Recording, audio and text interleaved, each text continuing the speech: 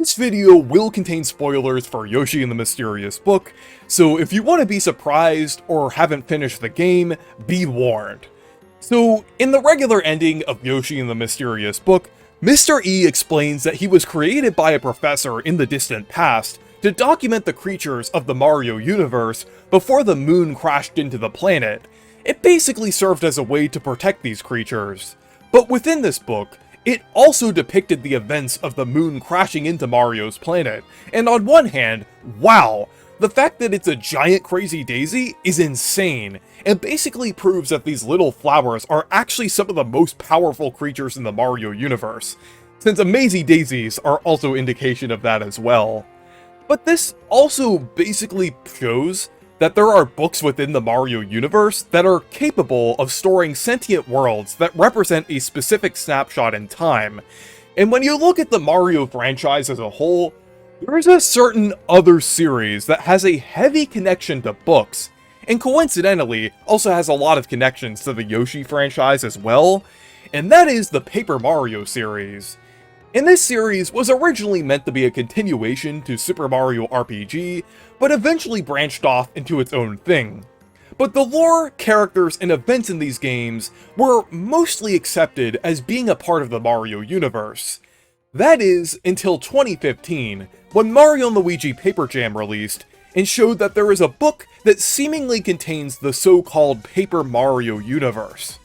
A lot of people came to the conclusion that this meant that the events of the Paper Mario series, including the ones that were heavily story-focused, like Thousand Year Door and Super Paper Mario, were contained within a separate pocket dimension, with the regular mainline Mario not experiencing these events.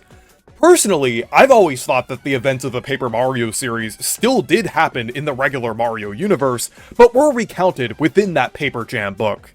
But either way, there still wasn't a clear consensus on the status of Paper Mario's canonicity.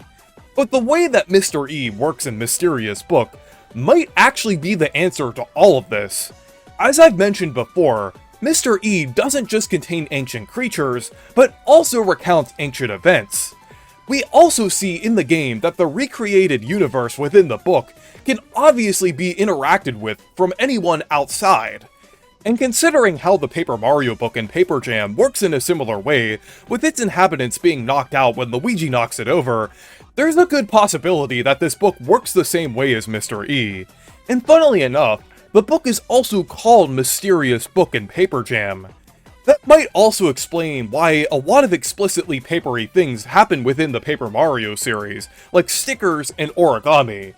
Maybe they were just twisted versions of events that happen in the regular universe that were changed by some outside source. Like I could see Bowser Jr. sticking some stickers onto the book. So all of this suggests that the book that contains the paper world is a retelling of events that happen in Mario's world. Basically, the modern day equivalent to Mr. E. But who exactly could have written this, and why does this exist in the first place?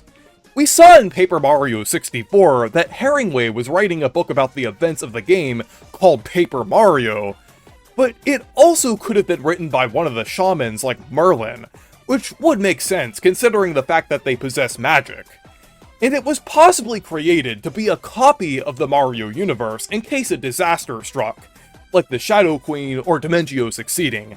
Maybe not those specifically, but just any disaster happening that would destroy the world in a similar way to how the moon crashed into the Earth. That might also explain why the book was stored in the attic of Peach's castle. It's at an important location, but also hidden away. So on top of the Paper Mario book being similar to Mr. E, there's also another interesting point, and that is Kamek's absence in the first 3 Paper Mario games. Since Mysterious Book can also explain this too.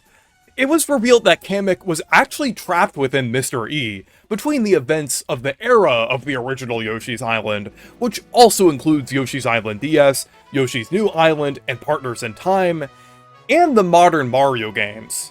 So, the first 3 Paper Mario games likely would have taken place while Kamek was still trapped, and this is likely why Kammy Koopa was Bowser's advisor in 64 and Thousand Year Door. It even explains why Wizakoopa was Bowser's advisor in Super Mario RPG.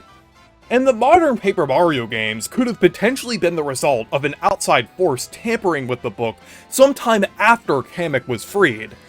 Kamek does mention that he remembers carrying Bowser Jr. as a baby in Origami King, and with Mysterious Book's retcon, he wouldn't have been able to see Jr. as a baby. But I feel like this could have easily been him mixing up Jr. with young Bowser, still being slightly disoriented by the fact that so much time has passed. It would make sense, considering the fact that he also did this with Jr. in Mysterious Book.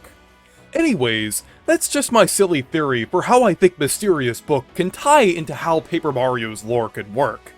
I know Mario doesn't really have a clear continuity, and things are all over the place, but I feel like it's fun to find these connections and make fun theories like this. I kinda love the idea of the Mario universe being a massive world filled with many crazy characters and events, and that's partially why I love Mysterious Book. It's a really fun game, and I really have been enjoying it over the past few days. But anyways, let me know what you think of this down in the comments, and thank you guys for watching this video. Make sure to leave a like and subscribe for more, and make sure to check out my Discord server and Blue Sky if you want to. Stay perky!